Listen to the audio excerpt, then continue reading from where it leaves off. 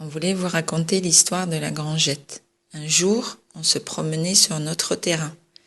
On a vu cette grande bâtisse qui s'écroulait. Les arbres poussaient à l'intérieur et personne ne pouvait y entrer.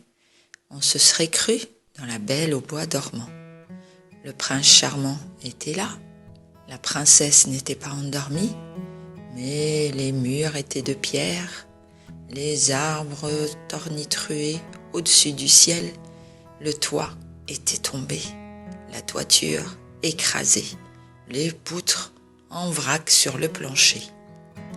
Alors, on s'est armé de notre courage et on s'est dit, on va la détruire, on va la casser, on va la bénir. Cela allait nous coûter très cher. Avec l'argent, on a pensé qu'on pouvait plutôt la reconstruire. Et c'est de là que nous viennent l'idée des travaux. Ça a commencé un mois de mai, ça s'est terminé un mois de juillet. Et tout n'est pas fini. Nous avons décaissé, nous avons défriché, nous avons taillé. Le chantier commençait à s'apercevoir. Il a fallu du béton, il a fallu du ciment, et il a fallu des ardoises, il a fallu des charpentes, il a fallu du bois, et il a fallu beaucoup de sueur.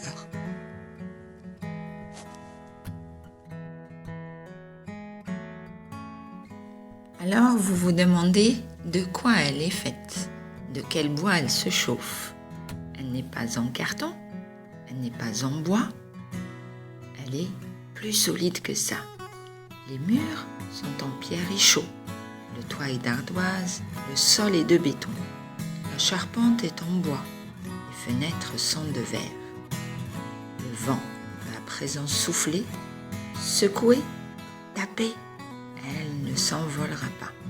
On sera tous bien au chaud dedans.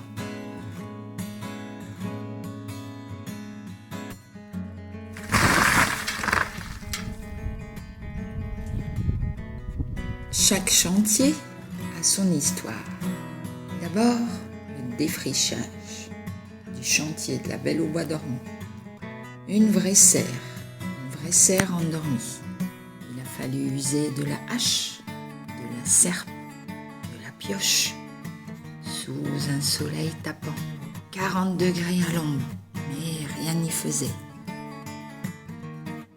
Le piquetage des murs intérieurs, des murs extérieurs.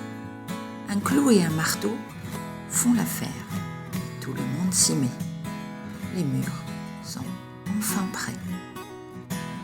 Le dépierrage sous un soleil de plomb, une montagne de pierres, que dis-je, un volcan.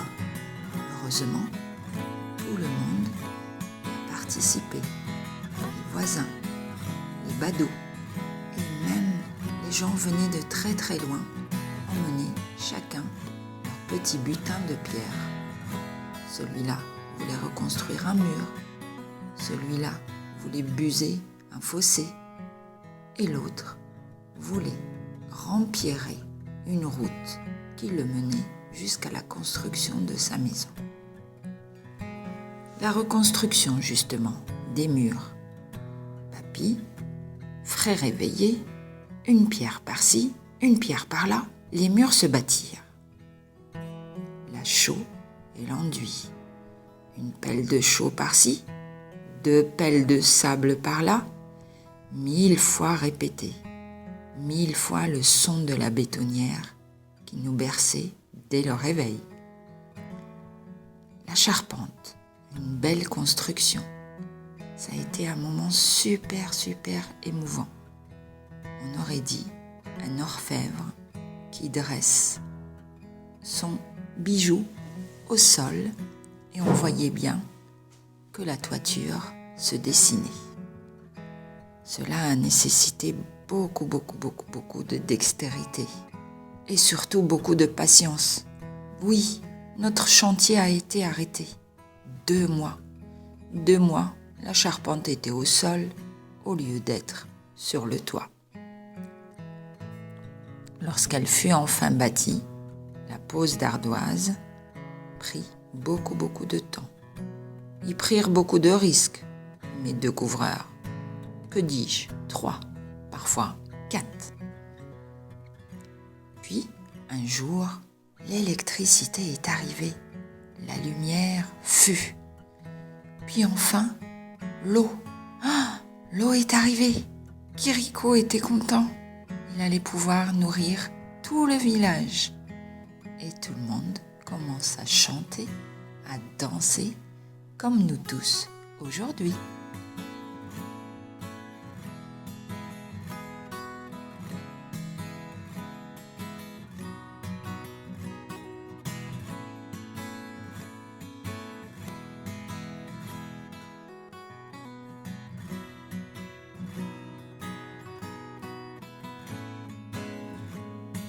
Alors, pour cette belle histoire qui se termine bien, un grand merci à Jean-Marie, le charpentier, Jean-Claude avec sa grande remorque, Thierry, le menuisier, Monsieur le maçon, je ne me rappelle plus de son nom, à Papy Mamie, un grand merci d'être allé jusqu'au bout de notre projet, à nos enfants qui nous ont supportés pendant les travaux et qui ont mangé des haricots, et puis à tous nos amis, les voisins qui sont passés, les enfants qui ont participé à leur passage, Hector, Hugo, Yaël. Gros bisous et merci de nous avoir accompagnés dans cette belle aventure. Et un grand merci à Atra, elle sait pourquoi. Bisous.